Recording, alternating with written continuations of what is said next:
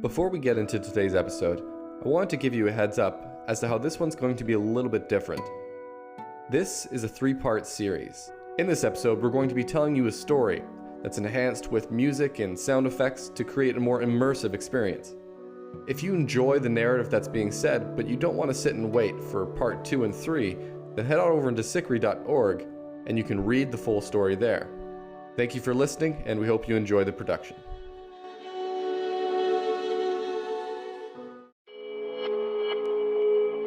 Welcome to SikhCast, brought to you by Sikh Research Institute, illuminating every path.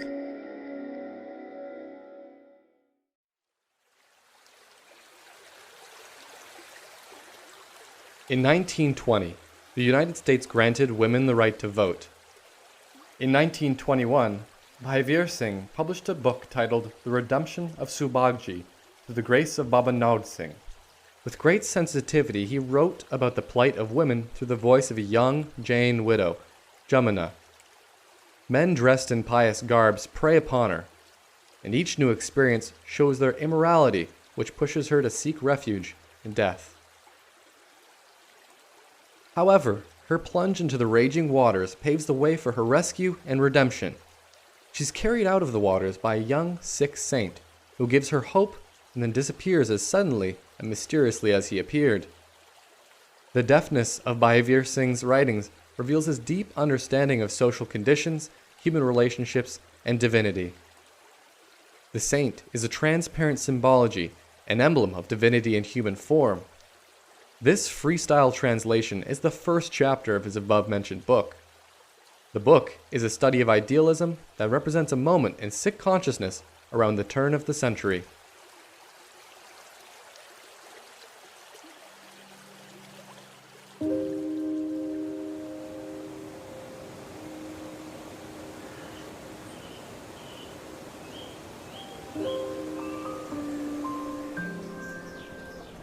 In a small town situated on the banks of a river, piercing shrieks resound from a house where death has grabbed a young man in the prime of his life. His parents wail. His young bride, Jamuna, who has yet to experience the joys of marital bliss, sits motionless in a corner, burning like a furnace. Evening descends. Near and dear ones leave. The young widow occasionally breaks into sobs. It is her first night of an eternal separation.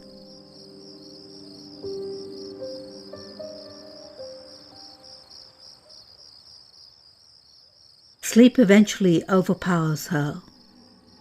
Before long, faces with bloodshot eyes invade her consciousness. You sinful soul! You can hide in a corner, but you cannot escape my grip. A single blow will crush your delicate frame. Don't try to escape me. My blood-stained teeth will crush your very bones. Startled, she wakes up. Thoughts of her husband flood in. Where is he? What suffering is being inflicted upon him? Absorbed in these thoughts, she dozes off, only to find herself standing in the world of the dead. The cries of the inhabitants are unbearable. She sees her husband in chains, waiting for the god of death to pronounce his judgment.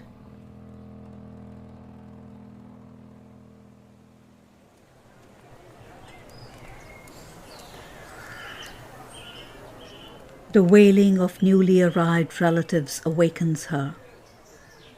4 days have gone by. The days are long, the nights even longer. The loss of nuptial bliss, the indifference of the world, the fear of death, and dreams of the next world have become her constant companions. Thoughts of her own death nudge her to seek and unravel the mysteries of the next world. Renunciation is the key, she decides. she confides in her grandmother. Child, let the days of mourning end. I will find a way to occupy you in meditation, service, and charity. That will bring you peace. Pale and haggard, Jamuna goes about her daily chores. With her grandmother out of town, she is forlorn and desperate.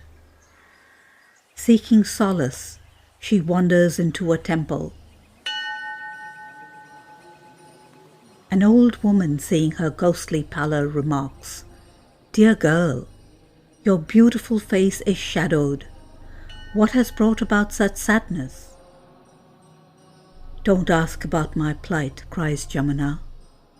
"I am an unlucky woman who is destined to live a life of misery.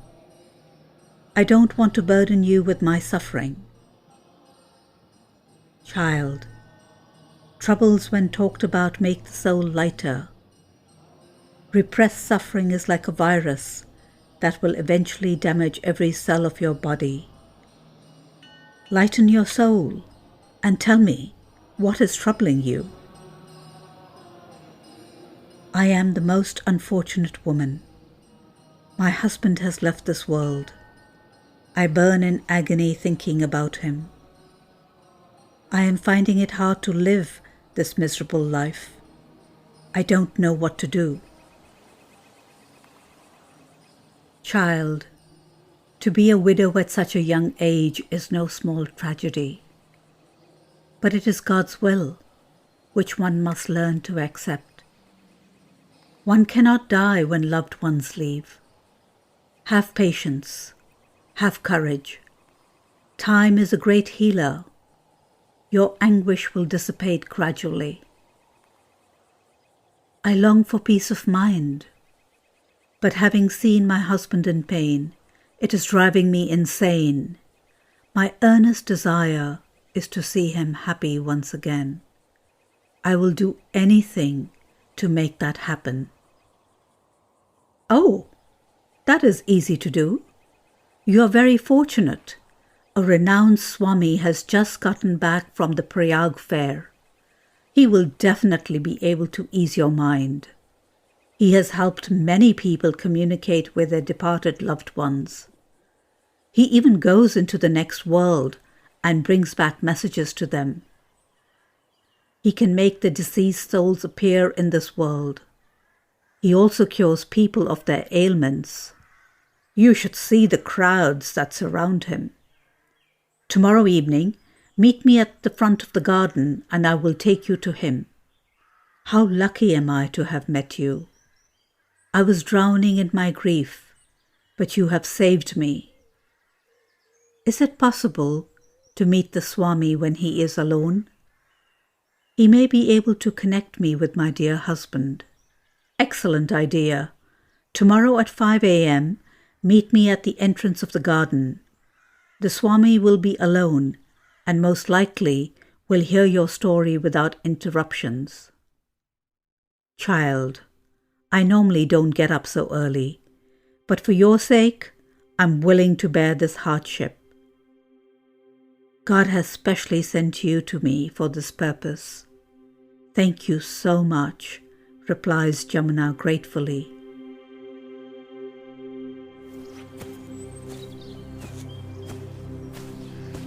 Early the next morning, Jamuna stood outside the garden entrance, waiting for the old woman.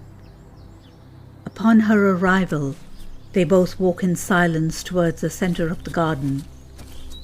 Their footsteps alert the Swami and his men.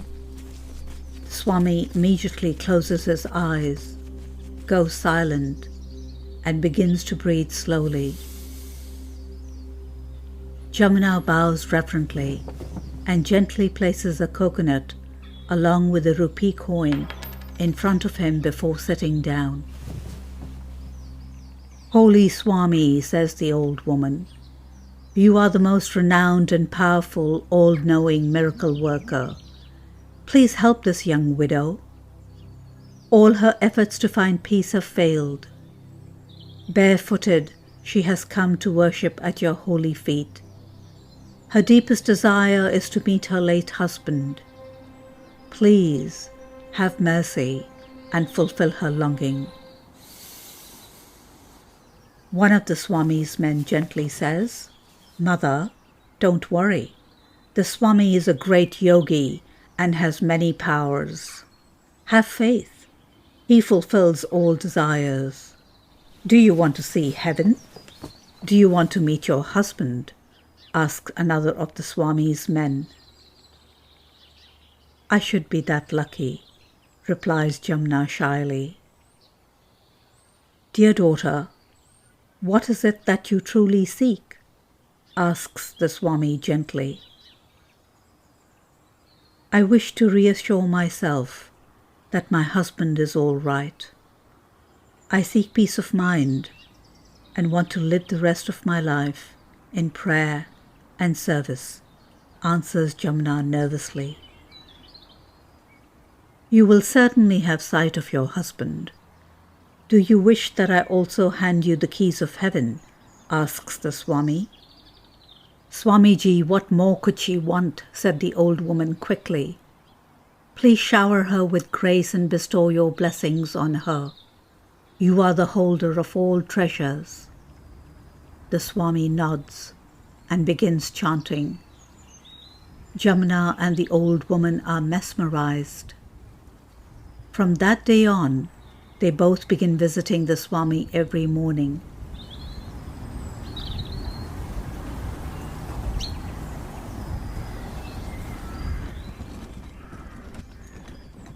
As the days go by, Jamuna's confidence and trust in the Swami grows stronger.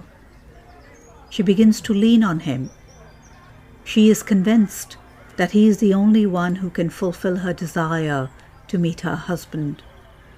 He appears to be such a noble soul, unlike her husband's relatives who have revealed their greed.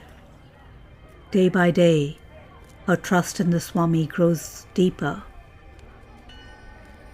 One day, when Jamuna is immersed in the feeling of renunciation, the Swami says, "If you desire to enter heaven, you will have to go to the top of a mountain. I'm going there the day after tomorrow. If you still wish to meet your husband, you can come with me." "Swamiji, I'll go wherever you want me to go. Please release me from my troubles and also grant liberation to my husband as you see best," Jamuna replies. "All right then, we will leave the day after tomorrow. But remember, continue to free your mind of all entanglements. Otherwise, your mind will stray. Child, when you begin to meditate on spirits, your prayers become more powerful and amazing things happen. Tell me, are you attached to your money and jewelry?" "Swamiji, I have no love for money or jewelry. If you like, I can donate everything to the temple." "I don't think you should do that. Bring them with you. Your mind will remain secure having them in your possession." The next day, Jamuna leaves her home with all her worldly possessions.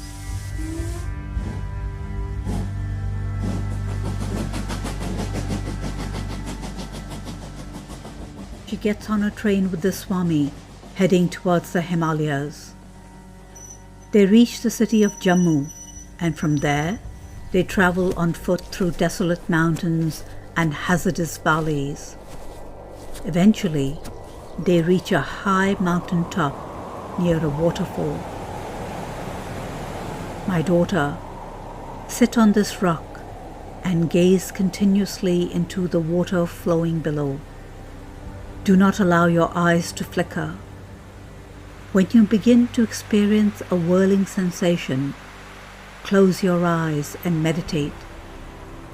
In your meditation, you will see the path to heaven. Then, you will hear the voice of your dear husband saying, 'Come.' You must go immediately. If you hesitate for even a moment, you will lose this rare opportunity and the door of heaven will close. Chant the name of Shiva and don't let any other thought enter your mind, says the Swami lovingly. Jamuna does as she is instructed. Her desire to see her husband is overwhelming. The Swami kindles a small fire and throws in fragrant substances. Then, with particles of sand, he draws numerous charms around her and asks her to begin chanting. As her chanting increases, the Swami quietly gets up and leaves with her money and jewels.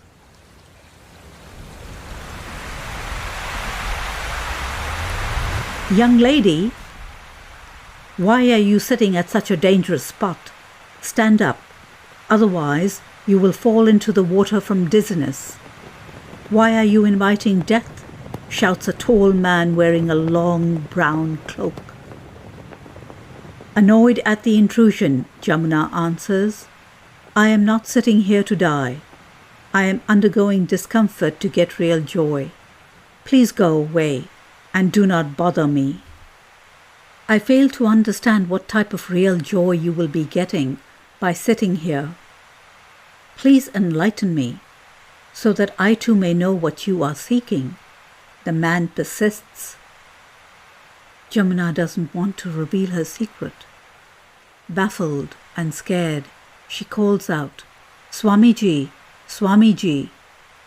But the Swami is nowhere to be seen. She feels alone. Terrified, she reveals everything to the newcomer. Dear lady, says the stranger, the Swami was a thief. He cheated you and tried to kill you too. Get up. You will get nothing sitting here. Allow me to lead you to a true Savior, the one who has sacrificed his life for guilty souls like us.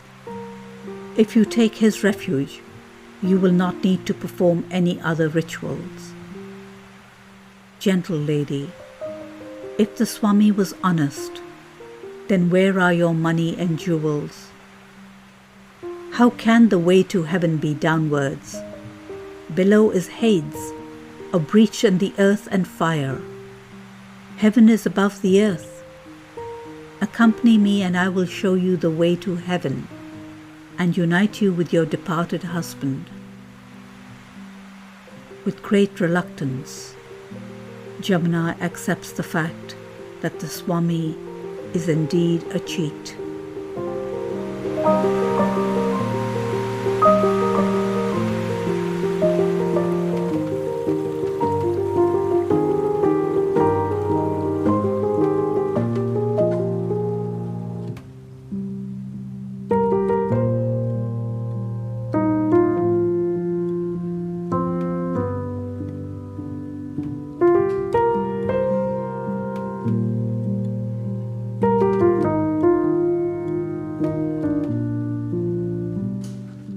That concludes episode 1 of Jamuna's journey.